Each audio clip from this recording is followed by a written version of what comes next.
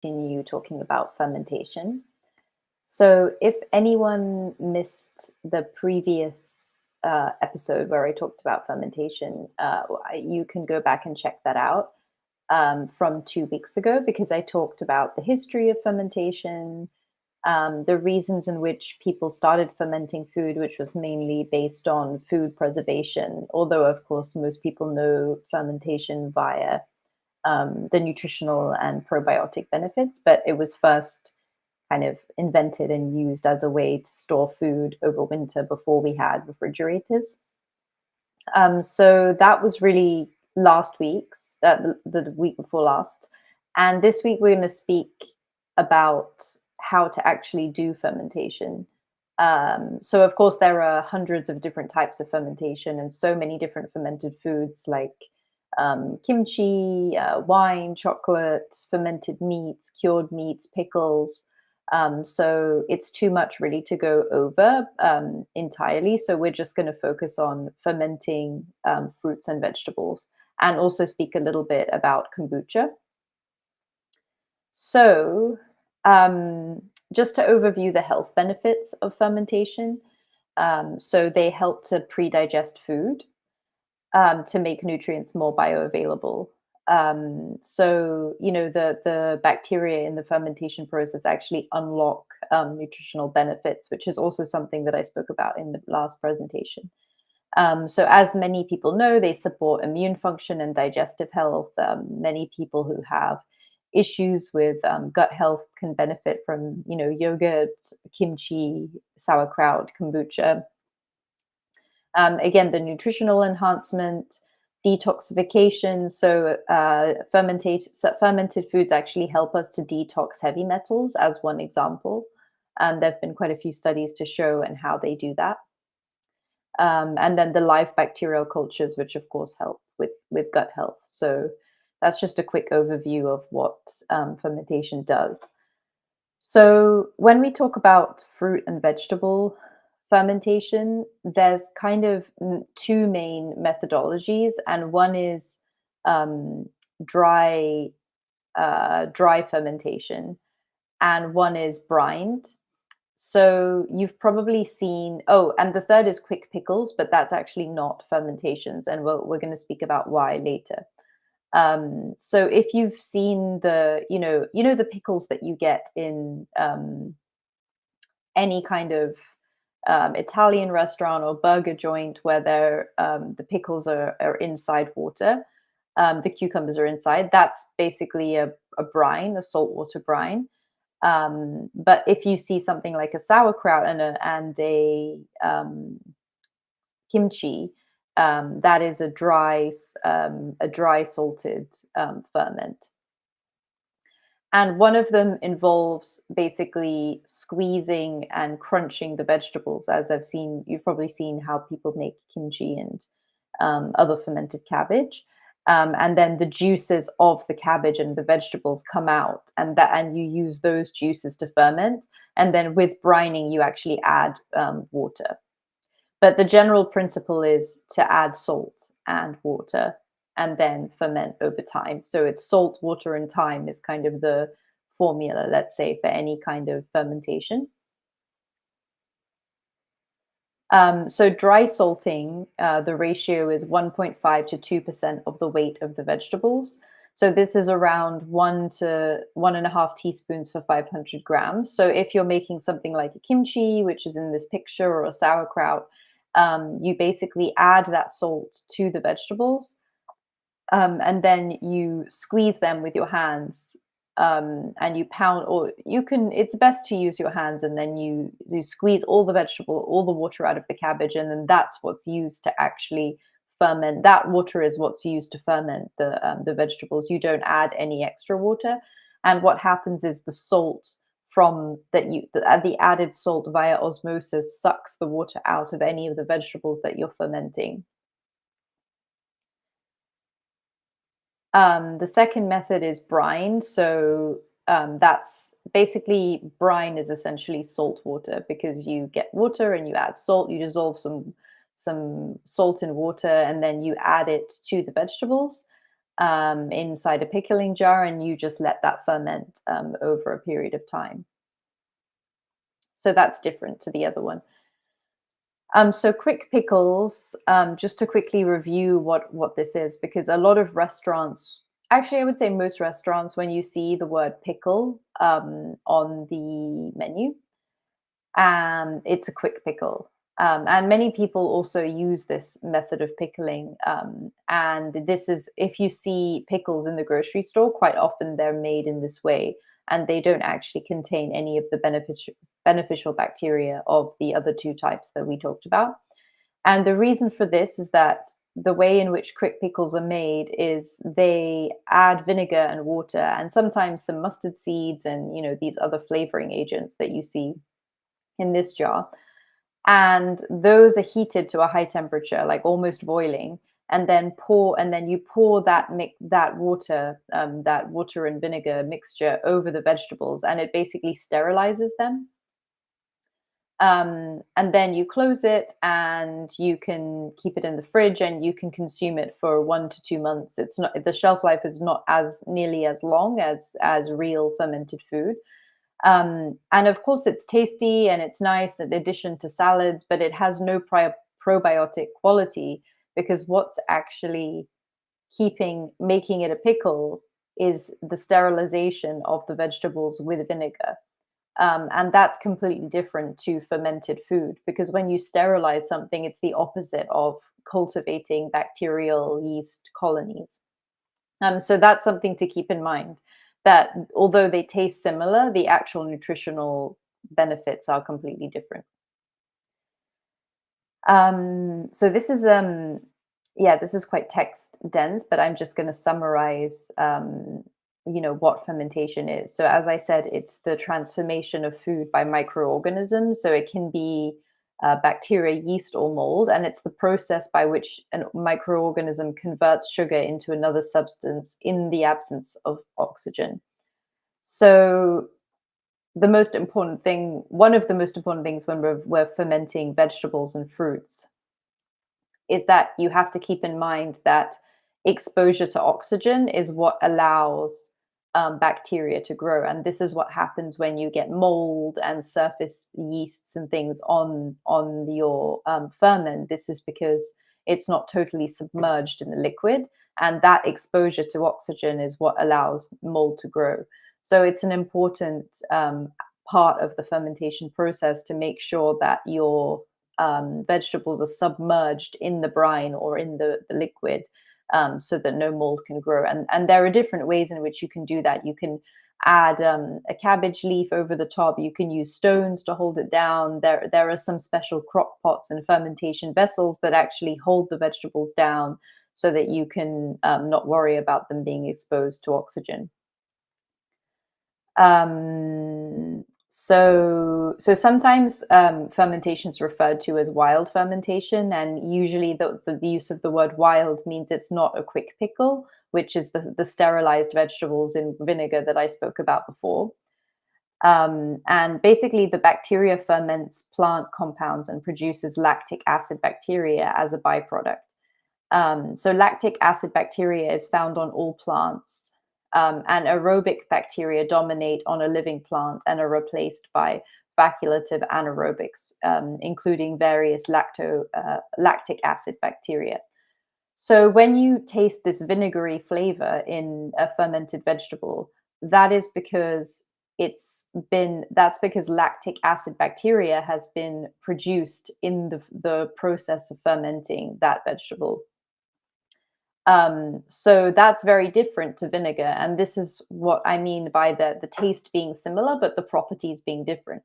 So when you taste a quick pickle, it tastes fermented due to the vinegar, but when you taste a real pickle that's been saltwater brined or just fermented in a dry brine, that acidic flavor that's similar to vinegar is actually the lactic acid bacteria produced from the fermentation process. And it's nothing to do with vinegar, and vinegar is not added to it. So that's an important differentiation. So CO2 is produced, so carbon dioxide is produced at the beginning of fermentation. And then This is what makes the acidic environment. And basically, that acidic environment that's created from the lactic acid bacteria is what enables you to keep this. For you can keep something like a saltwater brine and a vegetable brine for with fruits and vegetables for many months. Actually, they can be stored in the fridge for many months, and this is because this acidic environment will stop other microbes growing and infecting the brine. Whereas a quick pickle, since the acidity is just via the vinegar and not actually by this acidic lactic acid bacteria process, they go off much more quickly, and you have to use them much more quickly. So here are some tips relating to fermentation. So salt is really important, and it's important to not use iodized salt, otherwise known as table salt. You really want to use kosher pickling sea salt or sea salt or Himalayan salt, and this is mainly to do with the trace minerals that it's just overall healthy to use natural salt because it contains multi different minerals, whereas the iodized salt is literally just the compound sodium chloride. So different vegetables need different salt percentages based on the weight of the vegetable and the water content. So a general rule of thumb is cabbage needs 2.5% salt, cucumber needs 3.5, blossom vegetables such as squash, peas, and eggplant need 3.5 to 4.5, leafy greens need 2.5%. And then here I give a formula to discern how much salt you'll actually need. So the weight of the produce plus the water times 2.5. So let's say you have 100 grams of cabbage plus the water times 2.5. So overall, basically, you need 2.5 grams of salt in the case that you have 100 grams of produce.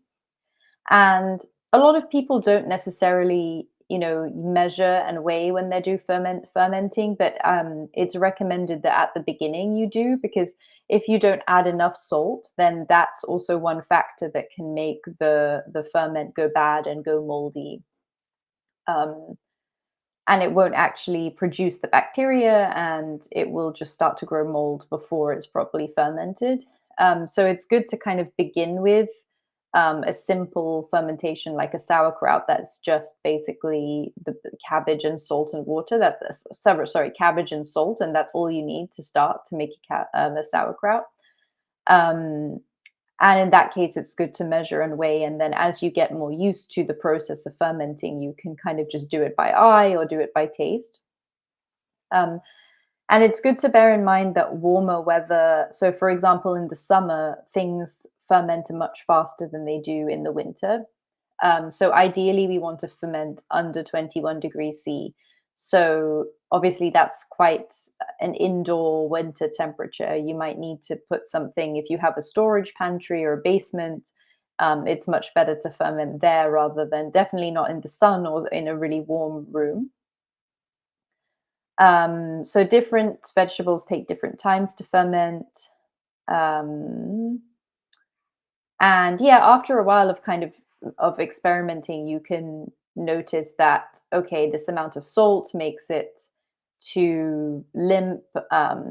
Different amounts of fermentation time present different levels of crispiness and crunchiness, and you can really experiment to see what you like in terms of the outcome.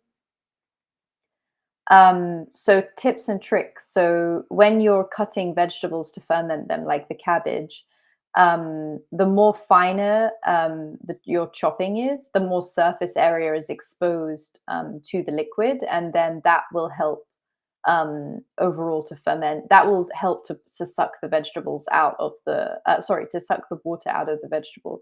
So say you're doing a sauerkraut, the if you imagine chopping a cabbage very, very, very finely, when you squeeze that cabbage to create the liquids that you need to cover and ferment it, it's much easier if that's finely chopped. If you imagine giant chunks of cabbage, there's not really much water you're not going to be able to squeeze much water out of that because the surface area will be too large.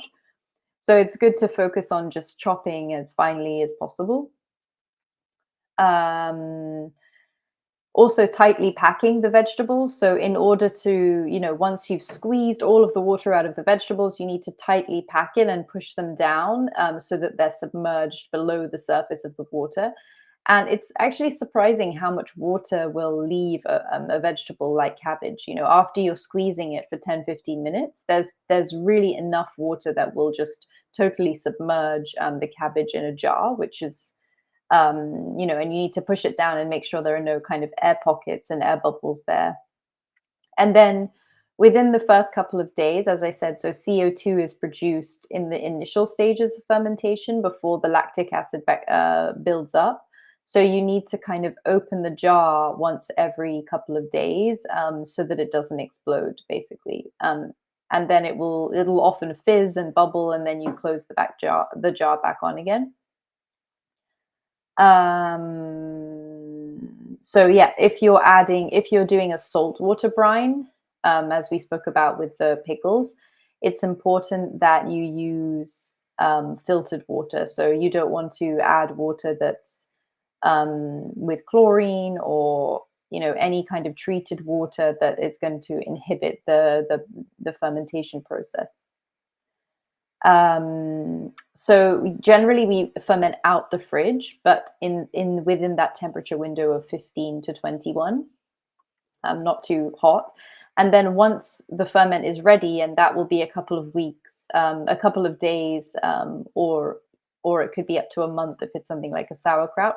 Then you want to store in the fridge, and then at that point it can last for a couple of months, once it's in the fridge. But you don't want to actually ferment it in the fridge, because then the fermentation process will be too slow and might not happen at all. Um, and in terms of hygiene, it's really good to, sterilize all the equipment that you use. So sterilize the jars, sterilize the lids, to really wash your hands well, with not with an antimicrobial soap, because obviously the idea is to cultivate bacteria, not kill it. So if you do wash your hands, make sure that any soap is washed off. And then when you start the pickling process, and squeezing the vegetables to get the water out, then you're not contaminating them in any way. And same with the bowl. Anything that the vegetable touches, ideally needs to be sterilized, because we want the bacteria to be the lactic acid bacteria to build up just from the vegetables themselves and their water. You don't want to add external bacteria from hands or from jars or whatever, because then that will contaminate and possibly lead to mold.